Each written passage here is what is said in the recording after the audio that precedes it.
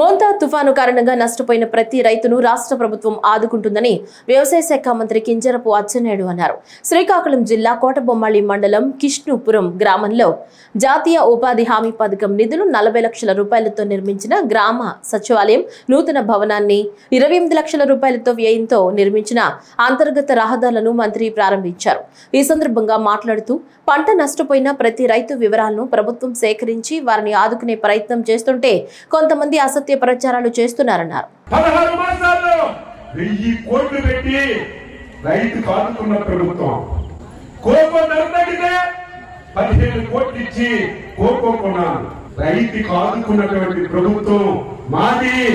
Mic ఉందని, నీ సాక్షి TV ఉందని ఇష్టానుసారంగా నువ్వు మాట్లాడితే ఎవరు నమ్మే పరిస్థితి లేదు. నీకు దమ్ము ధైర్యం ఉంటే శాసనసభకు రా, చర్చిద్దాం. నువ్వేం చేశావు, నేనేం చేశావు అబద్ధం చెప్పక్కర్లేదు. ప్రభుత్వం దగ్గర రికార్డులు ఉంటాయని ఈ సందర్భంగా తెలియజేస్తున్నాం. జరిగింది నష్టం, అధికారులకి ఆదేశాలు ఇచ్చాం. ప్రతి గ్రామానికి వెళ్ళండి, ప్రతి ఊరికి వెళ్ళండి, ప్రతి రైతుకి కలవండి, కలిసి పంట పొలాలు చూడండి, పడిపోయిన పంట పొలాలు రాయండి, నష్టపోయిన రైతుల పేర్లు నమోదు చేయండి. నిన్నటితో టైం అయిపోయింది.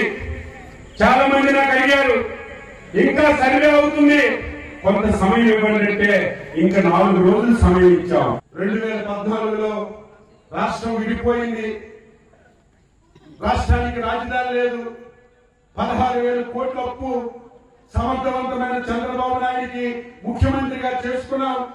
ఆయన శక్తియుక్తులు ఉపయోగించి 5 సంవత్సరాలు ఈ రాష్ట్రానికి అభివృద్ధి చేసి పరిశ్రమలు తెచ్చి మొత్తం పైకి తీసుకెళ్లారు. చాలాసార్లు గర్వంగా చెప్తాను, 5 కోట్ల మంది ఆంధ్రులు అదృష్టవంతులు. చంద్రబాబు నాయుడు లాంటి వ్యక్తి మన రాష్ట్రంలో పుట్టడం, మనకి ముఖ్యమంత్రి కావడం.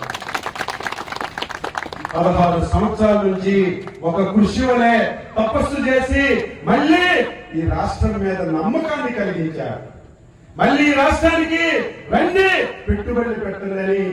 రాష్ట్రం, దేశం, ప్రపంచం తిరిగి అందరినీ మళ్ళీ పిలిస్తే మన రాష్ట్రానికి 11 లక్షల కోట్లు పెట్టుబడి అంటే పరిశ్రమలు పెడతారు. పరిశ్రమ పెడితే మన